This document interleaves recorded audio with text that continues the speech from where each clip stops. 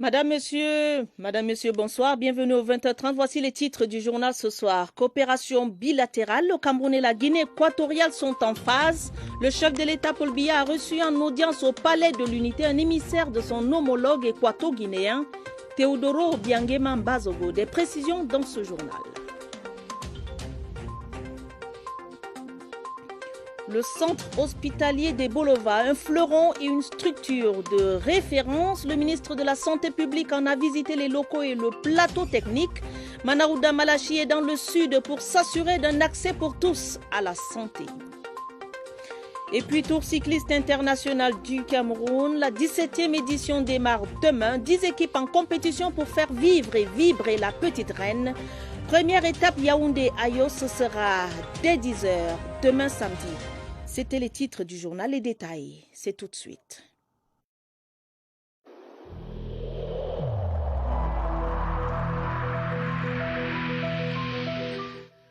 Je vous exhorte de nouveau à porter vos masques, à vous laver régulièrement les mains et à faire appel à un médecin ou à tout autre personnel de santé au cas où des symptômes apparaissent.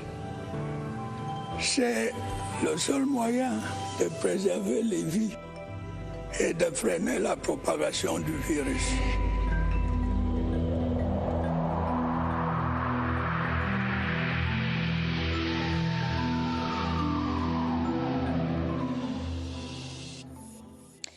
En ouverture de ce journal, ce décret du président de la République, décret instituant des obsèques officielles en l'honneur de M. Victor Moukete.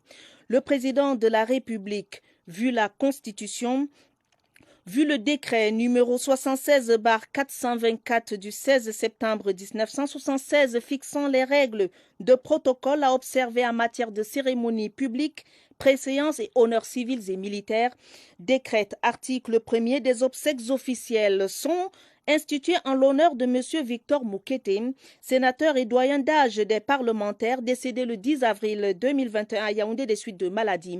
Article 2, ces obsèques officielles se dérouleront le samedi 29 mai 2021 à Koumba, département de la Mémé, région du Sud-Ouest. Article 3, le présent décret sera enregistré, publié suivant la procédure d'urgence, puis inséré au journal officiel en français et en anglais. Signé Yaoundé le 28 mai 2021, le président de la République, Paul Biya. Le Cameroun et la Guinée équatoriale déterminés à conduire avec plus de célérité les projets d'intérêt commun. C'est le sens donné à l'audience accordée ce vendredi au Palais de l'Unité par le président de la République, Paul Biya, à un émissaire équato-guinéen, envoyé spécial du président de Guinée équatoriale, Teodoro Obiangema Mbazogo. Nous y reviendrons tout à l'heure. Juste le temps de parler du projet minier de Mbalam Nabeda. Le Congo a de nouveaux partenaires. Le Premier ministre chef du gouvernement a reçu ce vendredi à l'immeuble Étoile le ministre d'État, ministre des Industries minières et de la Géologie du Congo, Pierre Oba, a échangé avec Joseph Dion Ngouté sur les nouvelles perspectives et les différends qui existent entre les anciens partenaires. Le compte-rendu d'audience avec Laurentine Bokono. C'est un projet transfrontalier d'intérêt commun écartelé entre le Cameroun et le Congo. Son exploitation tant annoncée n'a point démarré. Depuis une dizaine d'années, le partenaire peine à exploiter cette ressource minière. Il s'agit d'un projet minier, un projet transfrontalier de fer que les deux États ont depuis longtemps décidé de développer ensemble, conjointement. Et le projet a connu quelques difficultés du fait peut-être de l'incapacité des partenaires que nous avions, parce que les mêmes partenaires avaient une société ici au Cameroun, Cam Iron, et une société au Congo, Congo Iron. Côté congolais, l'incapacité de Congo Iron est désormais actée. Depuis au moins 7 ou 8 ans, ils ont pratiquement abandonné le projet et nous avons décidé de rompre avec eux. La piste chinoise représente le nouvel espoir. Nous avons eu de nouveaux partenaires avec lesquels nous avons l'ambition de relancer le projet. Initialement confié à des partenaires australiens, aujourd'hui disqualifiés, le projet minier de Mbalam continue de nourrir l'espoir. Première édition de la foire de l'innovation paysanne au Cameroun. Après l'ouverture officielle, la visite des stands s'est poursuivie ce vendredi, occasion pour les exposants de dévoiler les richesses et la créativité locale. Christelle Fouda. Esplanade de l'hôtel de ville de Yaoundé cette mi-journée. Les Camerounais, venus des 10 régions du pays, dévoilent les talents de l'innovation paysanne. ProBiochar, un charbon végétal activé, fabriqué à partir des noyaux de certains de nos fruits, agit comme détoxifiant, comme antidote et utilisé comme additif alimentaire dans l'alimentation des volailles et des porcs, lapins. L'innovation porte sur la reproduction artificielle qui permet de reproduire des poissons. Ça va réduire considérablement la pénurie de poissons. Plateforme de valorisation du potentiel créatif des travailleurs locaux qui ambitionne garantir la sécurité alimentaire tout en boostant le taux-emploi. Le paysan est au centre de la production agricole au Cameroun. Il est donc question de valoriser le travail que fait le producteur en mettant en exergue les solutions que le paysan trouve au niveau local. Il est donc question de prendre ces décisions, de les mettre en exergue pour que d'autres puissent en profiter. Une première édition qui s'achève demain samedi avec la mise en vitrine des 50 meilleures inventions de l'année 2021.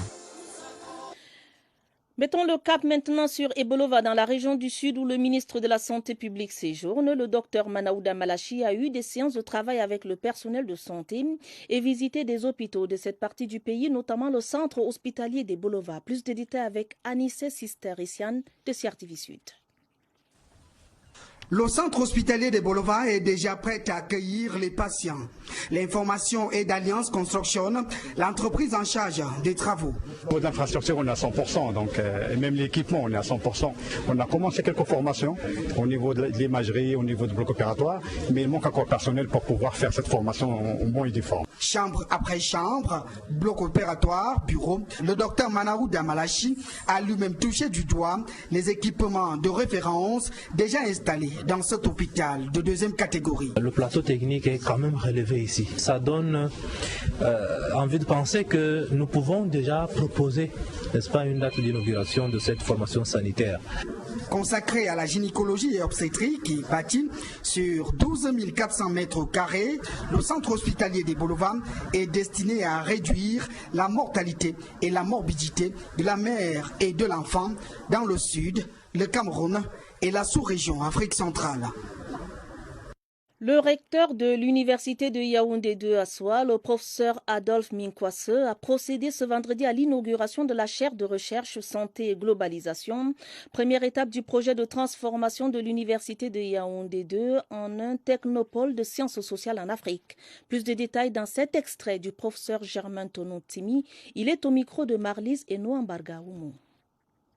L'intérêt d'une chaire recherche dans une université est d'être un outil pour les jeunes chercheurs, pour les doctorants, dans le cadre duquel ils vont développer leurs travaux de recherche, les nouvelles thématiques de recherche, les programmes de recherche en dehors des cadres classiques de recherche qui existent déjà. De ce point de vue, donc, la chaire présente un intérêt tout particulier dans le cadre de la vision de technopôle des sciences sociales déclinée par M. le recteur, puisque la chaire contribue à ce qu'on appelle une recherche universitaire technopolisée.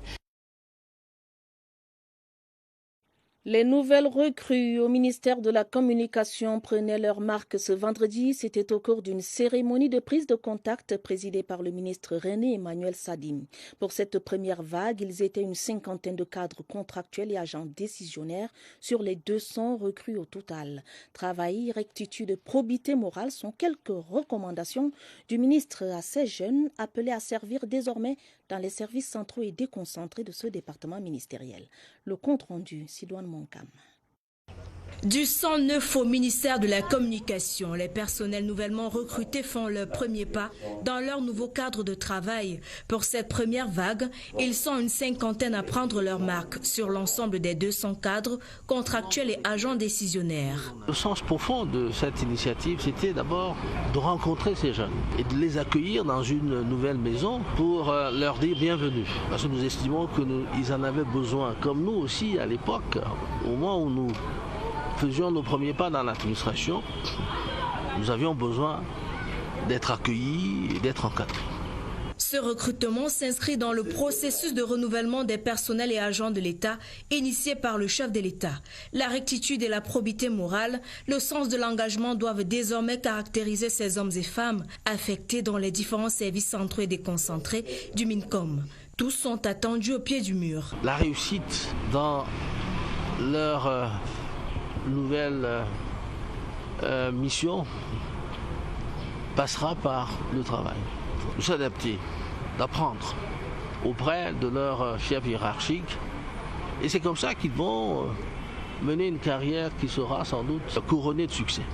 Ces recommandations doivent servir de boussole dans ce pôle stratégique de la communication gouvernementale qui recherche le maximum de compétences pour l'atteinte de ces objectifs. Je vous le disais en ouverture de ce journal, le Cameroun et la Guinée équatoriale déterminés à conduire avec plus de célérité les projets d'intérêt commun. C'est le sens en tout cas donné à l'audience accordée ce vendredi au Palais de l'Unité par le président de la République à Balthazar Ngonga Edjo, envoyé spécial du président de Guinée équatoriale, Teodoro Obiangema Mbazogo. Voici le reportage au Palais de l'Unité, Yves-Marc Medjo. Depuis quelques semaines, Yaoundé, la capitale camerounaise et le Palais de l'Unité confirment leur position de plaque tournante de la sous-région. C'est ainsi qu'après avoir accueilli des émissaires tchadiens et nigérians, voici le tour pour Balthazar Ngonga Edjo, ministre d'État équato-guinéen en charge de l'intégration régionale, d'être reçu en audience par le président de la République, Paul Biya. Aller toujours plus vite et plus loin dans la dynamique d'intégration. Voilà l'objet principal du séjour au Palais de l'Unité ce 28 mai 2021 de l'envoyé spécial du président Teodoro Obiangema Mbazogo.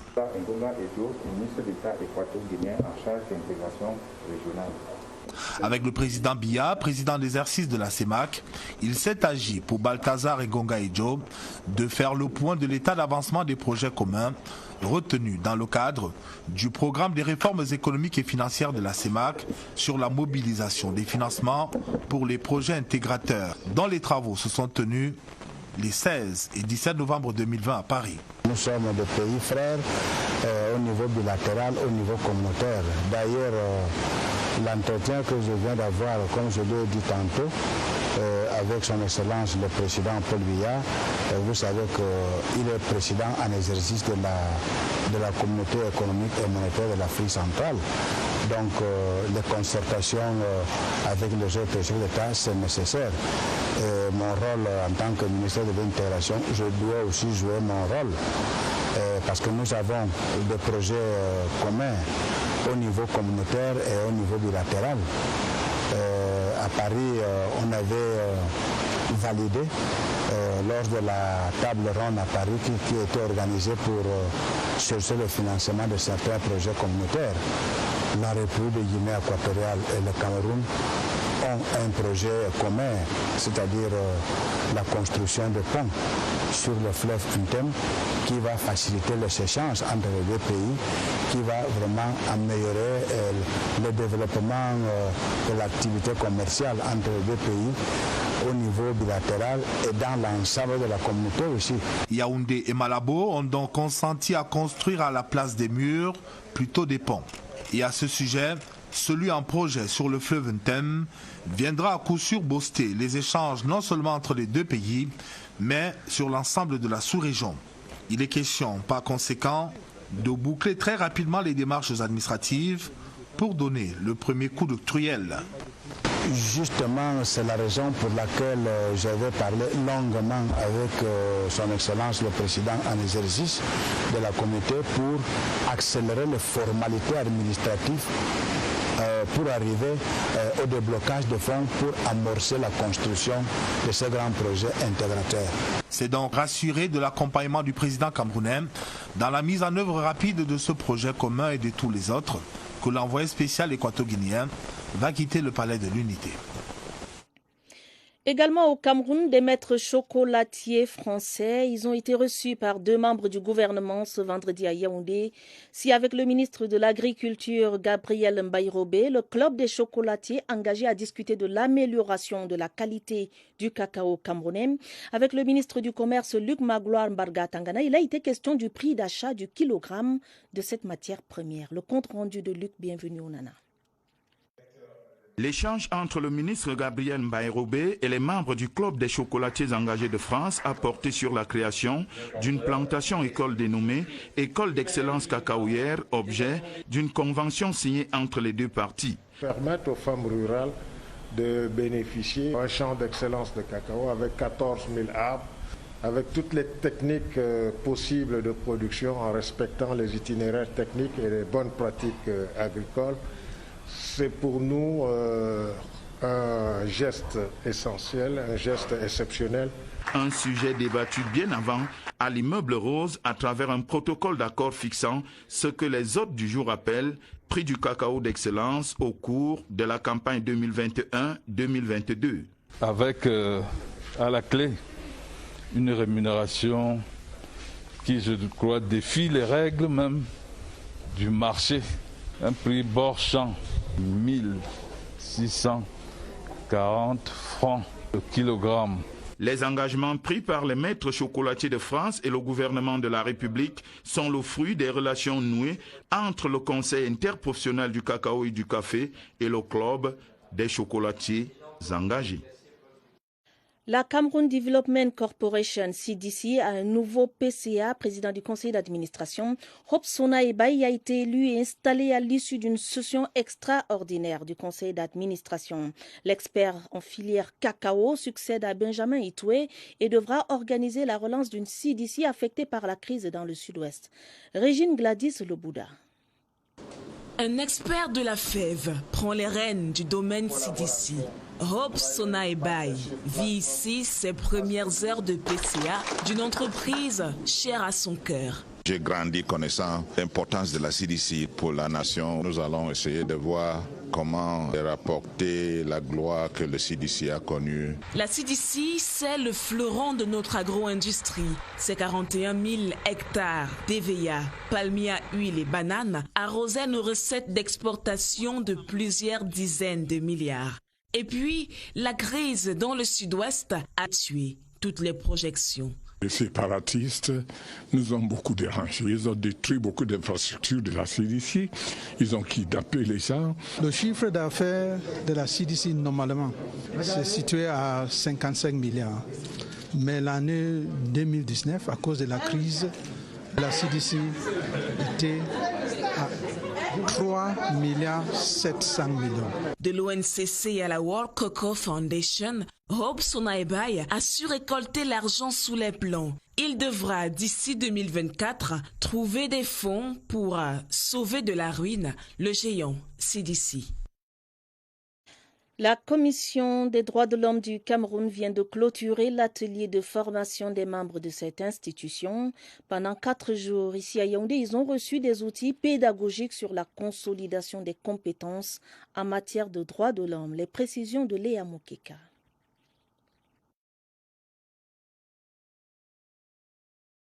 Des journées édifiantes en matière de droit, les participants, bien que diplômés pour la plupart, sortent de cette formation paraît plus que jamais. Je suis médecin. Il y a sûrement des pratiques que moi-même je faisais à l'hôpital qui n'étaient pas très bonnes. Donc j'ai appris, je vais le transmettre aux confrères. Plusieurs modules ont meublé ces journées d'apprentissage. Entre autres sujets évoqués, la gestion des droits de l'homme. J'ai mis l'accent sur ce qu'on appelle dans notre jargon le cœur de notre métier. C'est la promotion et la protection des droits de l'homme. J'ai passé en revue les aspects de la promotion des droits de l'homme parce que l'institution, dans son mandat, doit faire connaître les droits aux populations. Une formation jugée satisfaisante, à en croire le président de la Commission des droits de l'homme du Cameroun. Cette formation s'imposait parce que nous avons beaucoup appris. Des experts qui ont fait des présentations dans différents domaines. Bien que je sois professeur, c'était une université des droits de l'homme en 4 jours. Des connaissances supplémentaires que les membres de la Commission des droits de l'homme comptent implémenter sur le terrain. Un peu plus de 250 Camerounais et un citoyen étranger décorés ce vendredi à Douala. La cérémonie de remise de médailles au titre du 20 mai 2021 qui s'est déroulée à la place de la BCKM était présidée par Samuel Dieudonné Vahadibois, le gouverneur de la région du littoral. D'autres détails avec Flore Écoulé de CRTV Littoral. L'instant était solennel ce matin du 28 mai 2021 à la place de la BCK à Douala. Après des années de service, ces Camerounais ont été récompensés par la nation. Ils ont reçu leur distinction honorifique des mains du gouverneur de la région du littoral et de différentes autorités. Je suis très honoré par cette marque de confiance du chef de l'État de m'avoir levé à la dignité de chevalier de l'ordre national de la valeur. Être commandeur, une femme au Cameroun, ce n'est pas donné à n'importe qui. À toutes les femmes paresseuses du Cameroun, de ne pas être paresseux, d'être travailleurs. Ils ont été élevés respectivement au grade de l'Ordre national de la valeur et de l'Ordre du mérite camerounais, commandeur, grand cordon, officier ou encore chevalier. Je ne peux que dire merci au top management de la CRTV. En attendant les réjouissances à domicile, les familles en ont profité pour immortaliser ce moment avec quelques clichés. Le chef d'état-major de l'armée de terre en visite de travail dans l'extrême nord a évalué la situation sécuritaire de cette région régulièrement en proie aux exactions de Boko Haram. C'était au cours d'une concertation des responsables de la 4e région militaire interarmée et le délégué régional de la Sûreté nationale, Alexis Guidiartouin. Le dispositif mis en place pour vaincre le terrorisme a conduit à la stabilisation de la situation sécuritaire à l'extrême nord. Malgré quelques incursions de prédation comme celle de Dabanga dans le Logo-Nechari, la population vit en toute quiétude. Il faut maintenant évaluer la situation dans son ensemble pour davantage de succès dans la mission. C'est l'objectif recherché au cours du point de situation entre le chef d'état-major des armées et les responsables de la 4e région militaire interarmée, dont le général de division Salim Mamadou, ceux de la 4e région gendarmerie et de la délégation régionale de la Sûreté nationale.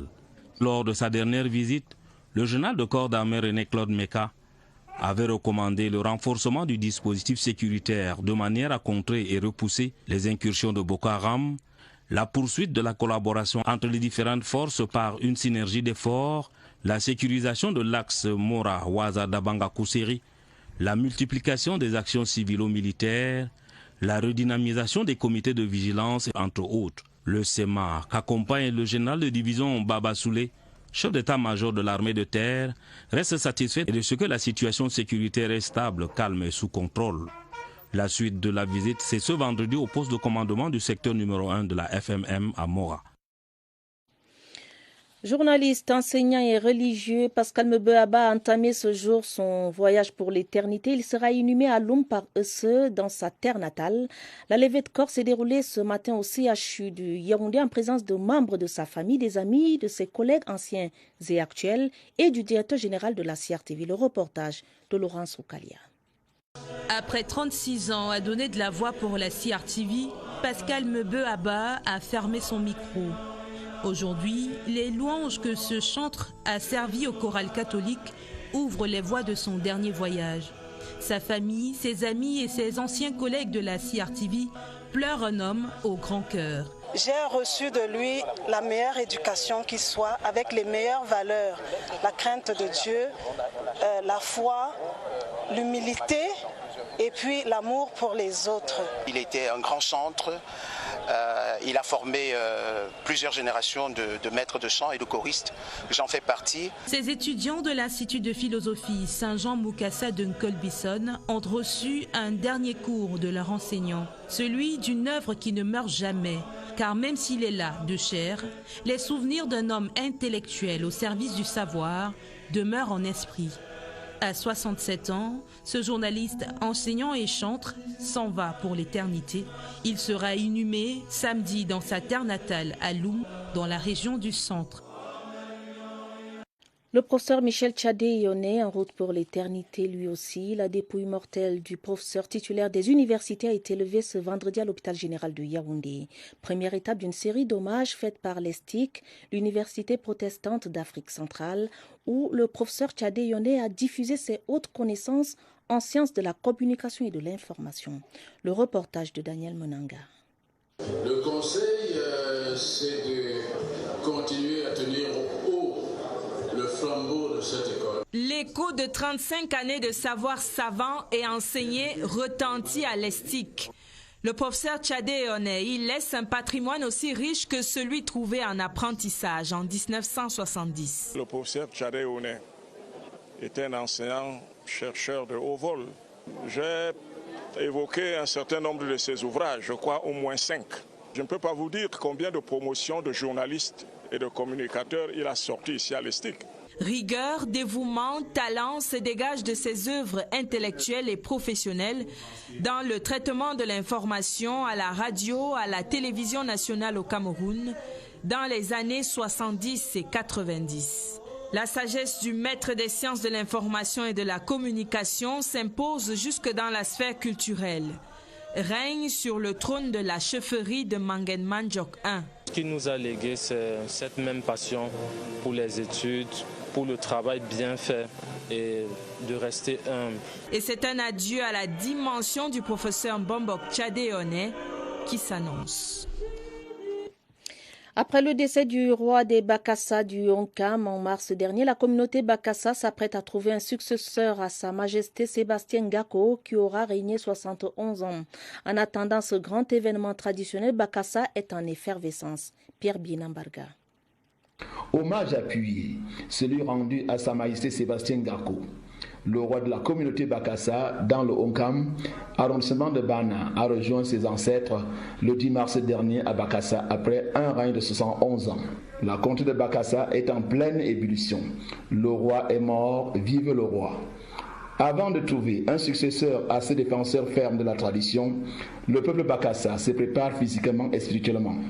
Telle cette marche sportive ou encore ce match de football qui oppose les fils Bakassa du terroir à ceux de la diaspora. Celui que nous pleurons aujourd'hui représentait pour nous un monsieur de rassemblement. Et il n'y a pas plus grand événement qui rassemble tel que le sport. Les veuves restent éplorées. La cour revisite les moments fastes du règne. Papa nous a nourris, il nous a fait du nourrir. Dieu les a bénis. Papa a fait plus de 80 ans. Le roi des Bakassa laisse un peuple qui a pour devoir la préservation des valeurs ancestrales, des valeurs qui garantiront à coup sûr les lendemains encore plus radieux au Bakassa.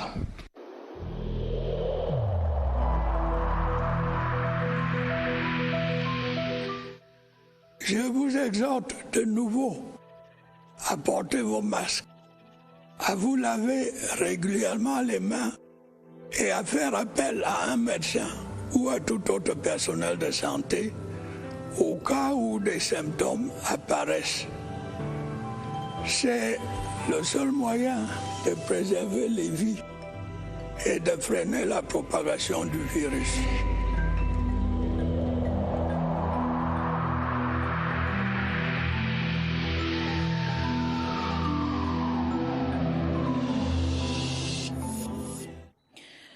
La riposte anti-Covid-19 au Cameroun, les antécédents de santé, certains antécédents de santé n'empêchent pas la vaccination contre la maladie. Les patients d'AVC, de cancer, de diabète peuvent donc se faire vacciner. Allons en savoir plus avec Évariste Yinga au Centre des opérations d'urgence publique.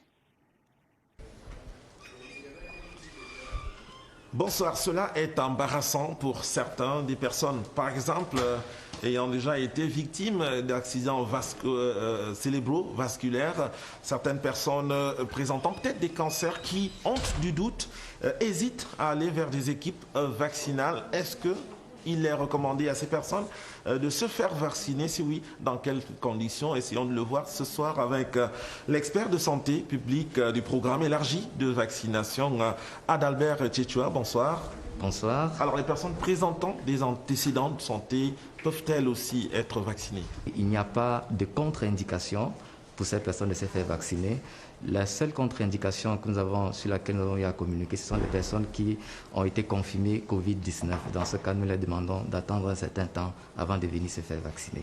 Donc, nous appelons donc vivement toutes les personnes présentant peut-être des conditions liées au diabète, hypertension, obésité et autres, pour dire qu'elles sont des cibles prioritaires de la vaccination. Si elles sont âgées de 18 ans et plus, elles font partie de nos cibles. Prenons le cas des anciens patients d'AVC, comme on le dit communément. Si on craint les caillots de sang, est-ce qu'on ira avec la vaccination? Alors, ce que je vais vous dire là va un peu vous surprendre. Vous savez, en Afrique, on a un peu plus de 12 millions de doses.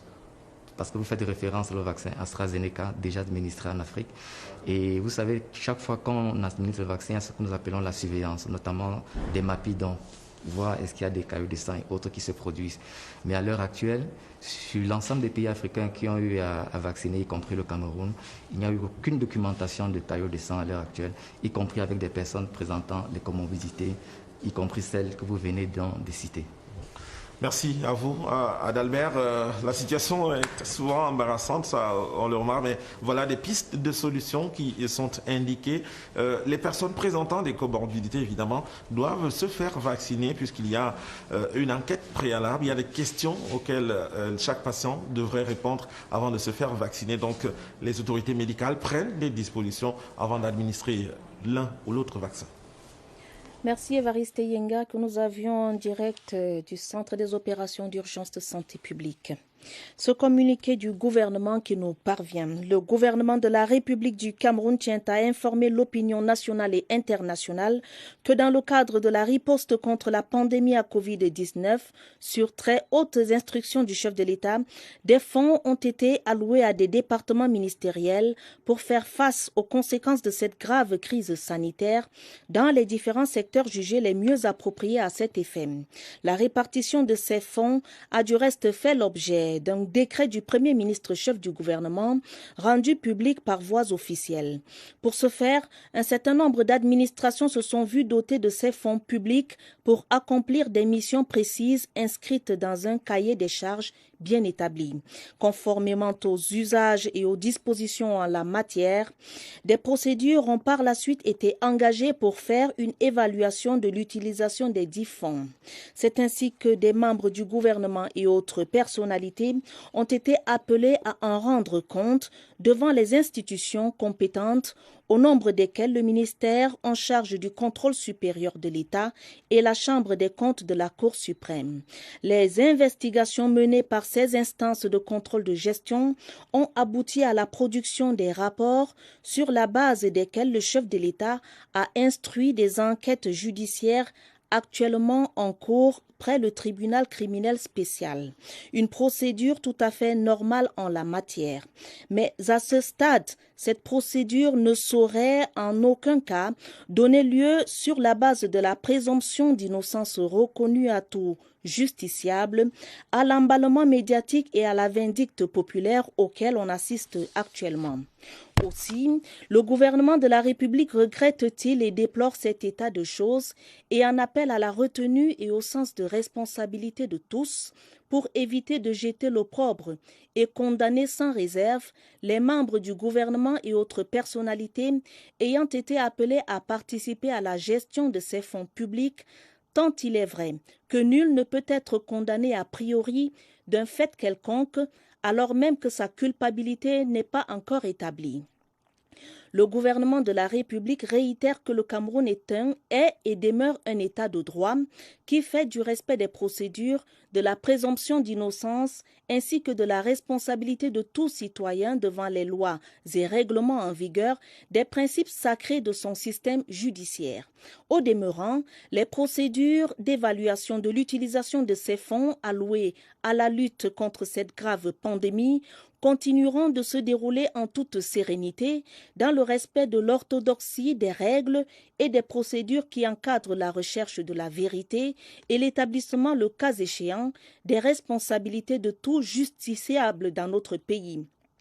Dans cette perspective, le gouvernement de la République demande à nos concitoyens de faire entièrement confiance à la justice camerounaise qui saura prendre ses responsabilités dans le respect des droits et de la dignité des personnes concernés. Ce communiqué est signé du ministre de la Communication porte-parole du gouvernement, René Emmanuel Sadi. De la musique et de l'humour dans l'affiche culturelle du week-end. Ce soir, l'Institut français Antenne de Yaoundé laisse libre cours à l'humour de Valérie Ndongo.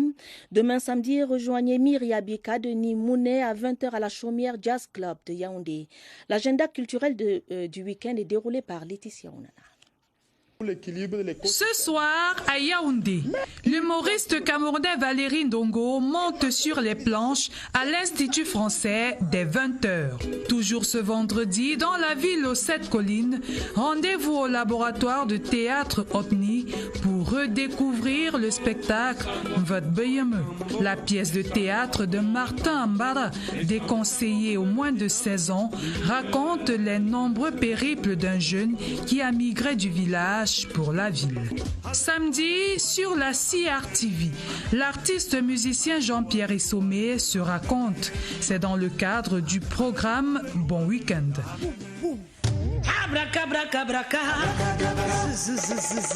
Dimanche, dès 14h, célébrez la mère de l'humanité au Djega Palace Hotel en compagnie de Coco Argenté. Ça sera Adinani Lipankali. Pour les couches tard, restez scotchés sur YouTube ce dimanche à minuit pour découvrir Sacré Maman, tout nouveau vidéogramme de Tati et Young.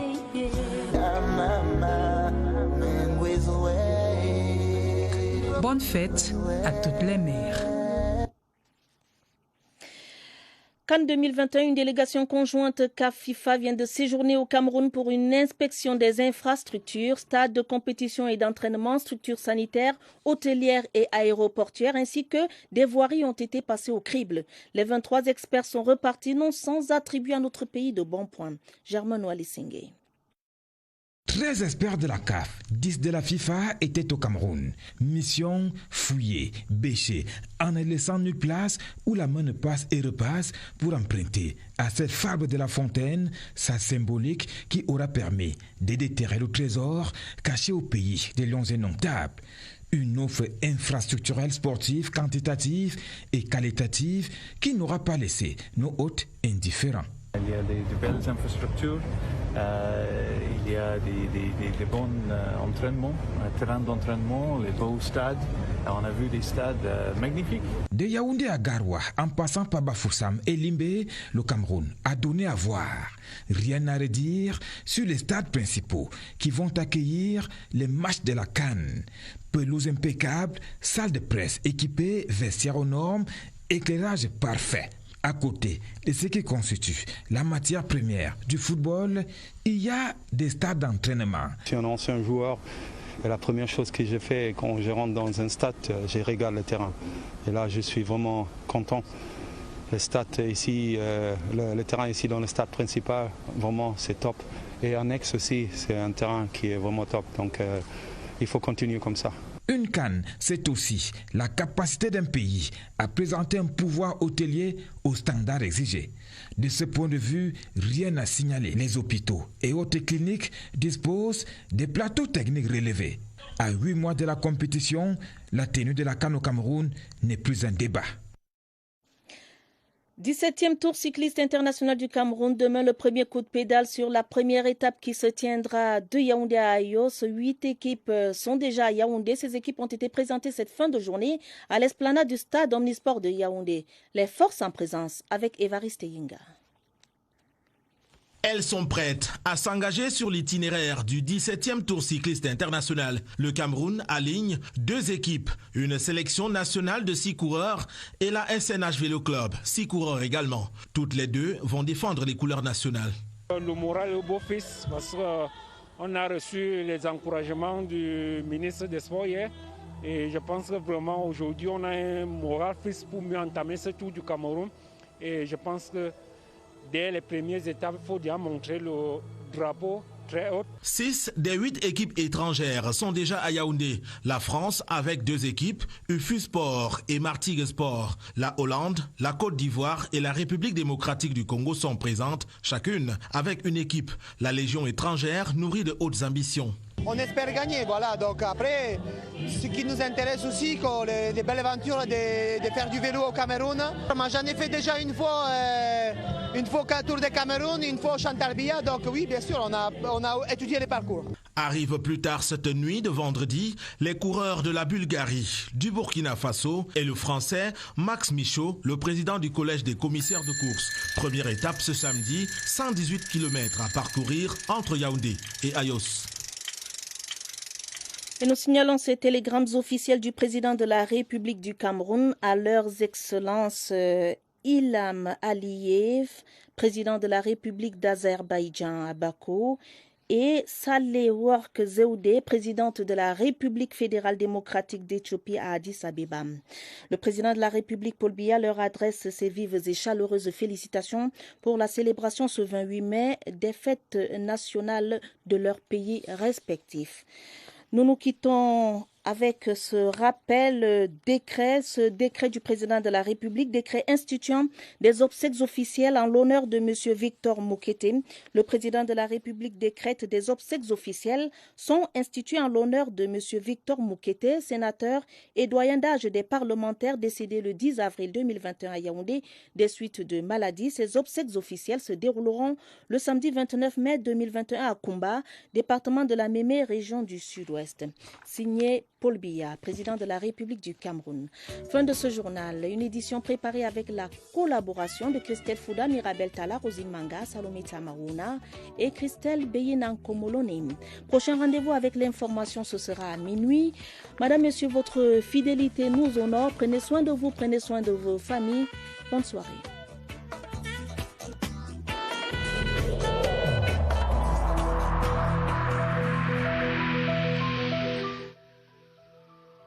Malgré nos efforts, le Covid-19 a endeuillé de nombreuses familles et provoqué de graves difficultés dans le fonctionnement de notre économie et de notre société.